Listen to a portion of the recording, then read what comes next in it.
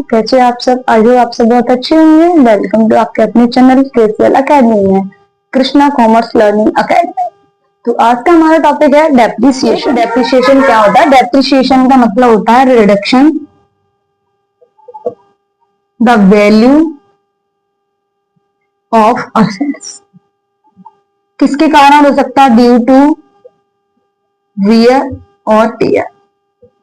उसको हम यूज करते करते जब उसकी वैल्यू कम हो जाती है तो वो डेप्रिसिएशन होता है। कि जैसे अगर मैं मशीनरी को जब हम लेके आई तो वो मैंने ली थी 1 लाख में, ठीक है। अब यूज की मैंने उसको 5 साल यूज किया, तो जब हम उसको यूज करेंगे तो धीरे धीरे धीरे धीरे उसकी वैल्यू कम होगी। क्वांटिटी अब वो जितना स्टार्टिंग में जितना हमें स्टोरेज दे रही थी कि जितना बना के दे रही थी सामान को, मटेरियल को, अब उसकी धीरे धीरे स्पीड कम होती आएगी। तो जब मैंने फिर इसको जब सेल किया, अब मेरे को न्यू मशीनरी की जरूरत है, तो जब मैं इसको सेल करूंगी तो मेरी ज्यादा से ज्यादा 50,000 में बिक। तो ये क्या हुआ? रिडक्शन हुआ। 1 लाख में से 50,000 की बिक रही है तो मेरे को 50,000 का क्या हुआ? ये डेप्रिसिएशन आया, ठीक है। क्यों? 5 साल के अंदर अंदर किया तो ये आया। जैसे कि आप अपना एग्जांपल ले लो, जब आप फोन खरीदते हो तो आपने कोई भी फोन लिया, 50,000 का फोन लिया, आपने 2 साल चलाने के बाद तो क्या वो 50,000 का ही रहता है? नहीं रहता ना। अब उसकी वैल्यू 50,000 से 30,000, 40,000, 35,000 ये रह गई। तो वो जो वैल्यू जब आपने लिया था और जब आप उसको सेल करो, ठीक है, तो उसकी वैल्यू उतनी के उतनी नहीं रहती है। तो उसी चीज को हम बोलते हैं depreciation, reduction the value of an asset due to wear और टियर। जब हम उसको यूज करते करते चलते हैं तो उसकी वैल्यू में क्या आ जाता है? रिडक्शन आ जाता है। ये टेक्नोलॉजी के बेसिस पे भी हो सकती है, ये नेचुरल रिसोर्सेज के बेसिस पे भी हो सकती है ना, कुछ भी हो सकता है। तो ये कुछ टाइप्स हैं इसके, जैसे कि डेप्रिसिएशन। डेप्रिसिएशन जो हमारा होता है वो इंटेंजिबल असेट और फिक्स्ड असेट्स के ऊपर होता है, जैसे कि मशीनरी है, बिल्डिंग है।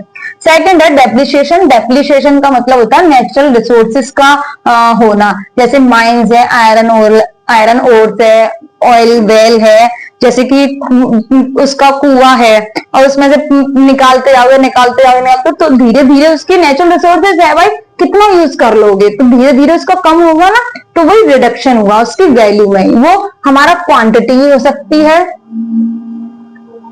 और क्वालिटी में भी आ सकता है, ठीक। यहां उसकी क्वालिटी में आ गया डिफरेंस कि उसको मैंने फोन को, अभी मैंने बोला कि क्वालिटी में आ गया कि मैं 10,000 का फोन था। क्वांटिटी तो ऐसा तो नहीं है कि एक फोन का वो आधा फोन रह गया, जब आपने 1 साल यूज कर लिया तो वो एक फोन की जगह आधा फोन रह गया। फोन तो क्वांटिटी तो उसकी फोन की एक ही रही ना। अब उसकी किसमें चेंज आया? क्वालिटी में चेंज आ गया कि अब वो हैंगिंग करने लग गया, या फिर स्क्रीन कम हो गई है उसकी, या फिर साउंड स्पीकर उसका सही नहीं है ना। तो ये सारी चीज क्या है? उसकी क्वालिटी में चेंजेस आ गए। तो क्वालिटी और क्वांटिटी दोनों हो सकती है। तो यहाँ आयरन ओर है, ऑयल है, ये माइंस है, क्वांटिटी में चेंजेस आएगा कि पहले इतना था अब इतना, धीरे धीरे हम जैसे जैसे कंज्यूम करते जाएंगे तो उस हिसाब से वो कम होता जाएगा। अमोर्टाइजेशन का मतलब होता है कि इंटेंजिबल असेट्स की रिडक्शन होना वैल्यू, जैसे पेटेंट राइट्स हैं, कॉपी राइट्स हैं। तो जब जैसे कि अगर मैंने इस क्लास का कॉपीराइट ले लिया तो वो हमेशा जिंदगी भर तो नहीं रहता ना, 4 साल 5 साल इतने साल का हम कॉपीराइट लेंगे, 10 साल 100 साल जितने का भी ले रहे हैं हम। पेटेंट है, पेटेंट की जो है मिनिमम 10 ईयर्स है, 20 ईयर्स होगा। तो उसी हिसाब से उसकी वैल्यू क्या हो गई? धीरे धीरे कम होती गई। तो ये इंटेंजिबल असेट्स को जब हमारे रिडक्शन होती है वैल्यू, तो वो क्या होता है? अमोर्टाइजेशन होता है। Obsolescence the reduction of usefulness, कि असेट्स की अब जो यूजफुलनेस थी वो धीरे धीरे चेंजेस हो रही है ड्यू टू टेक्नोलॉजी। पहले 2G फोन थे, फिर 3G फोन आए, फिर 4G फोन आए, फिर क्या है? 5G। अब जिसके पास 4G फोन है या 3G फोन है, उसकी टेक्नोलॉजी की वजह से क्या हुई? उसकी रिडक्शन वैल्यू में क्या हो गई? रिडक्शन। कि अब जो 4G या 3G वाले फोन है उनमें नेटवर्क नहीं आते, ठीक, नेट अच्छे से नहीं चलता है, कॉल नहीं अच्छे से जाती है, नेटवर्क कनेक्शन पुअर आते हैं उसके। क्यों? क्योंकि वो टेक्नोलॉजी में चेंज हुआ। अब क्या आ गया? 5G का जमाना आया। जब 5G का है तो ये 4G या 3G या 2G तो बेकार हो गए। तो किसकी वजह से? टेक्नोलॉजी की वजह से रिडक्शन हो गया। पहले अगर हम कंप्यूटर की बोले तो पहले मोटे वाले कंप्यूटर होते थे, अब टेक्नोलॉजी जैसे जैसे चेंज हुई पतली स्क्रीन वाले आ गए। ठीक, सब कुछ पहले नॉर्मल कीपैड वाले ही होते थे, अब क्या टच वाले आ गए। तो ये किसकी वजह से आए हैं? टेक्नोलॉजी की वजह से चेंजेस हुए। फिफ्थ है डायलेपिडेशन। डायलेपिडेशन का मतलब होता है डैमेज होना। किसका? बिल्डिंग्स का डैमेज होना या अदर प्रॉपर्टीज का होना, जैसे रेंटेड हाउस वगैरह हैं उसका डैमेज होना, उसको बोलते हैं डेप्रिसिएशन। ये जो है कुछ टाइप्स हैं डेप्रिसिएशन की। अगर इस तरीके का वो होता है, रिडक्शन होती है वैल्यू को, तो हम ये बोलते हैं। इस अगर इंटेंजिबल असेट्स में वैल्यू का रिडक्शन हो रहा है तो अमोर्टाइजेशन बोला। टेक्नोलॉजी की वजह से रिडक्शन हो रहा है तो एब्सोलेंस बोला। नेचुरल रिसोर्सेज पे हो रहा है तो हमने डेप्रिसिएशन बोला। फिक्स्ड असेट्स टेंजिबल असेट्स पे हो रहा है तो हमने उसको डेप्रिसिएशन बोला। अब हम देखते हैं कि हम डेप्रिसिएशन को किस तरीके से कैलकुलेट करते हैं, कि 3 या 4 तरीके हैं उसके, हम वो देखते हैं कि इसको किस तरीके से आप कैलकुलेट करेंगे। डेप्रिसिएशन के मेथड कि कितने मेथड से हम डेप्रिसिएशन को कैलकुलेट कर सकते हैं। तो फर्स्ट है हमारा स्ट्रेट डेप्रिसिएशन मेथड। तो इसमें हमारा होता है formula cost of goods minus scrap value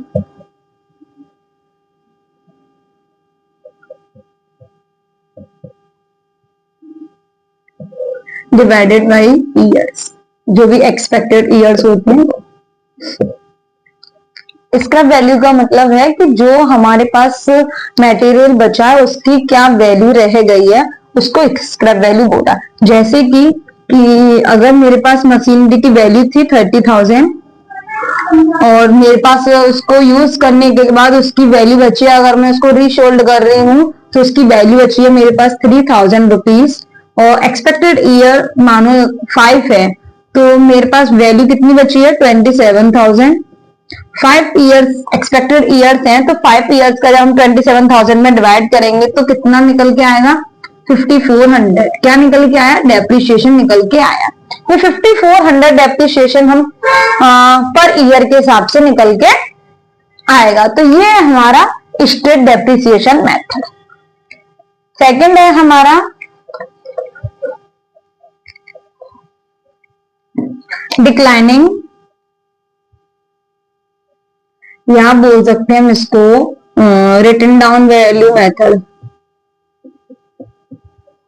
decline बोल सकते हैं या फिर हम रिटन डाउन वैल्यू मेथड भी, डेप्रिसिएशन मेथड भी बोल सकते हैं। इसमें क्या होता है हमारा, जैसे कि अभी हमारी है वैल्यू है, फर्नीचर लिया है हमने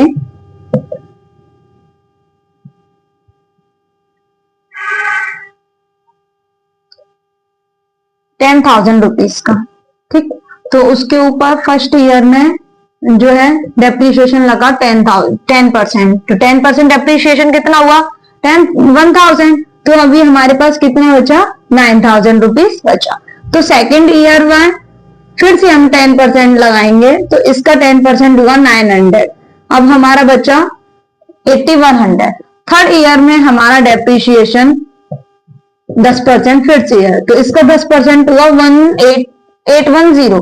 तो इसको हम जब माइनस करेंगे तो ये हमारा आएगा 927, ये निकल गया। तो ये हमारा लास्ट में वैल्यू निकल के आई है उसकी फर्नीचर की।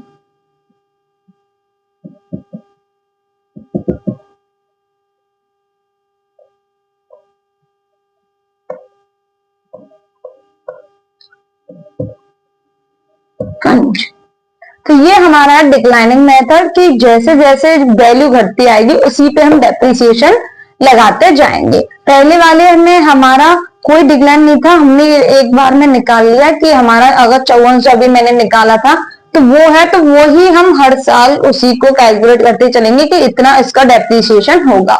डिक्लाइनिंग में कि अगर एक साल मैंने यूज कर लिया तो उसकी वैल्यू अब इतनी रह गई, अब हम इस पे डेप्रिसिएशन लगाइए। अब ये हमने यूज कर लिया तो इतनी वैल्यू रह गई, उस पे हम डेप्रिसिएशन लाएंगे, लास्ट में हमारी ये वैल्यू रह गई है फर्नीचर की। तो ये था हमारा declining method. And third one is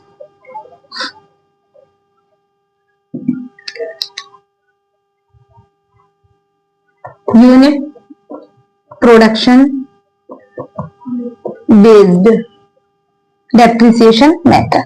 इसमें क्या होता है कि यूनिट पे होता है, अगर मेरी 30,000 का था, उसमें से मैंने 3,000 स्क्रैप वैल्यू के माइनस कर दिए थे, ठीक। तो मेरे पास कितने का है, 27,000 रुपीज की क्या है, उसकी कॉस्ट है, ठीक। और जो है यूनिट अभी हम अगर उसको बना रहे हैं तो वो अगर यूनिट मानेगी हमारी 60,000 यूनिट है, ठीक। तो पर यूनिट के हिसाब से हम इसको निकालेंगे, इसका नाम ही है कि यूनिट वेस्ट है। तो यूनिट एक यूनिट पर कितने निकालेंगे, तो 27,000 डिवाइडेड बाई 60,000 यूनिट्स आएंगे, ठीक। तो इसके यूनिट्स का क्या आएगा, 0.45 डेप्रिसिएशन आया पर यूनिट पर। किस पे आया, पर यूनिट पे निकल के आएगा। तो ये हो गया यूनिट वाइज, कि यूनिट वाइज। और ये हमने निकाला, अभी हमारा उसमें था 10,000 था, है ना। अगर हमारी ये 10,000 रुपीज का फर्नीचर है, तो हम अगर यूनिट प्रिपेयर कर रहे हैं, उसकी 20,000 यूनिट प्रिपेयर कर रहे हैं, चलो 2,000 यूनिट प्रिपेयर कर रहे हैं, तो इसको काटा तो कितना आया, 5 रुपए पर यूनिट के हिसाब से डेप्रिसिएशन कटेगा, ठीक। एक यूनिट पे 5 रुपए डेप्रिसिएशन के कटेंगे, तो जितनी यूनिट होंगी उतने पैसे कट जाएंगे। जैसे कि अभी यहाँ पे कितनी यूनिट है, ये हमारा निकल क्या है, एक यूनिट का कितनी यूनिट है, 60,000 यूनिट है। तो एक यूनिट के 4.5 है, तो 60 यूनिट से कितने होंगे, करोगे इसको तो 0 0 0 0, 6 5 जा 4, 6 5 जा 30, 6 4 जा 24, 24 27, ठीक। पॉइंट लगाए 2 0, कितना है 27,000 रुपीज जो है इसके डेप्रिसिएशन के कट जाएंगे, 60,000 यूनिट्स हैं तो, ठीक। तो ये हमारा यूनिट बेस्ड मेथड डेप्रिसिएशन वाला, ठीक। थर्ड, अब हम आते हैं फोर्थ मेथड पे। फोर्थ मेथड है हमारा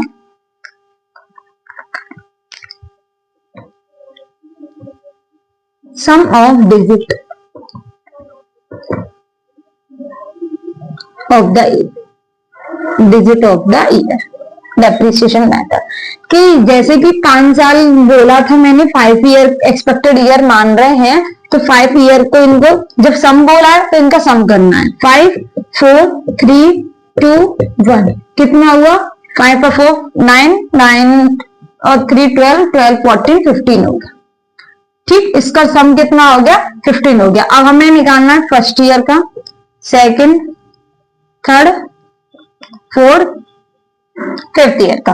फर्स्ट ईयर में यहाँ पे आया हमारा कि 1 का निकालना है, यहाँ हमें 2 का निकालना है, 3 का निकालना है, 4 का निकालना है, 5 का निकालना है, ठीक है। तो अभी इसका जब अभी हम यहाँ 1 का निकालना है, तो यहाँ पे हमारे पूरे 5 साल लग रहे हैं, कितना 15,000। अभी जो स्क्रैप वैल्यू निकालने के बाद आई थी वो कितनी आई थी, 27,000 आई थी, ठीक। इसको कैलकुलेट करना है, यहाँ 5/15 मल्टीप्लाई वो, अब यहाँ सेकेंड ईयर हो गई है तो कितने बचे 4, 27,000। यहाँ क्या आएगा 3/15 मल्टीप्लाई 27,000, यहाँ आया 2/15 27,000, यहाँ आया 1/15। अब हमारी एक भी ईयर नहीं बची है तो ये, ठीक। अब हम इसको कैलकुलेट करेंगे 3 से, ये आ गया 9,000, यहाँ पे आ गया हमारा 3 से 5 का 3 9 गया 9,000, 5 से 5 6 जा 600, 6 4 जा 24 24, ठीक। यहाँ 3 से 5 का 5 5 जा 25, 5 4 जा 20, कुछ गड़बड़ कर, यहाँ गड़बड़, 5 से 3 से 5 का 3 9 से गया, 5 से यहाँ पे गया ये 1 वा, 5 से 9,000 था, हाँ हाँ ये गड़बड़, 5 बन जा 5, 4 है 5 8 या 40, 18 18 72 हो गया। ठीक, यहाँ पे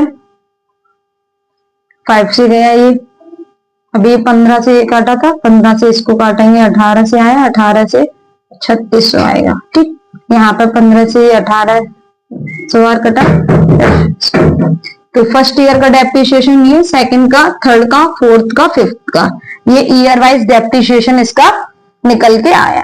तो हमने इसके 4 मेथड सीख लिए कि स्टेट मेथड से हम डायरेक्ट कैलकुलेट करके निकालते हैं, जो भी निकल के आया वो हर साल लगेगा, जितनी साल को एक्सपेक्टेड माना उतनी साल के लिए उसी को कैलकुलेट करते चलेंगे। सेकंड वाला सीखा था रिटन डाउन वैल्यू में था कि हर साल जो भी वैल्यू घटती हुई आई है उस पर हमें डेप्रिसिएशन लगाना, फिर जो वैल्यू कम हुई उस पर डेप्रिसिएशन लगाना। थर्ड सीखा था हमने यूनिट वाइज कि हमारी प्रोडक्शन जितनी यूनिट कर रही है उतनी यूनिट के हिसाब से हमारा कितना डेप्रिसिएशन कटेगा। कम यूनिट कर रही है तो कम डेप्रिसिएशन होगा, और ज्यादा यूनिट कर रही है तो ज्यादा कटेगा।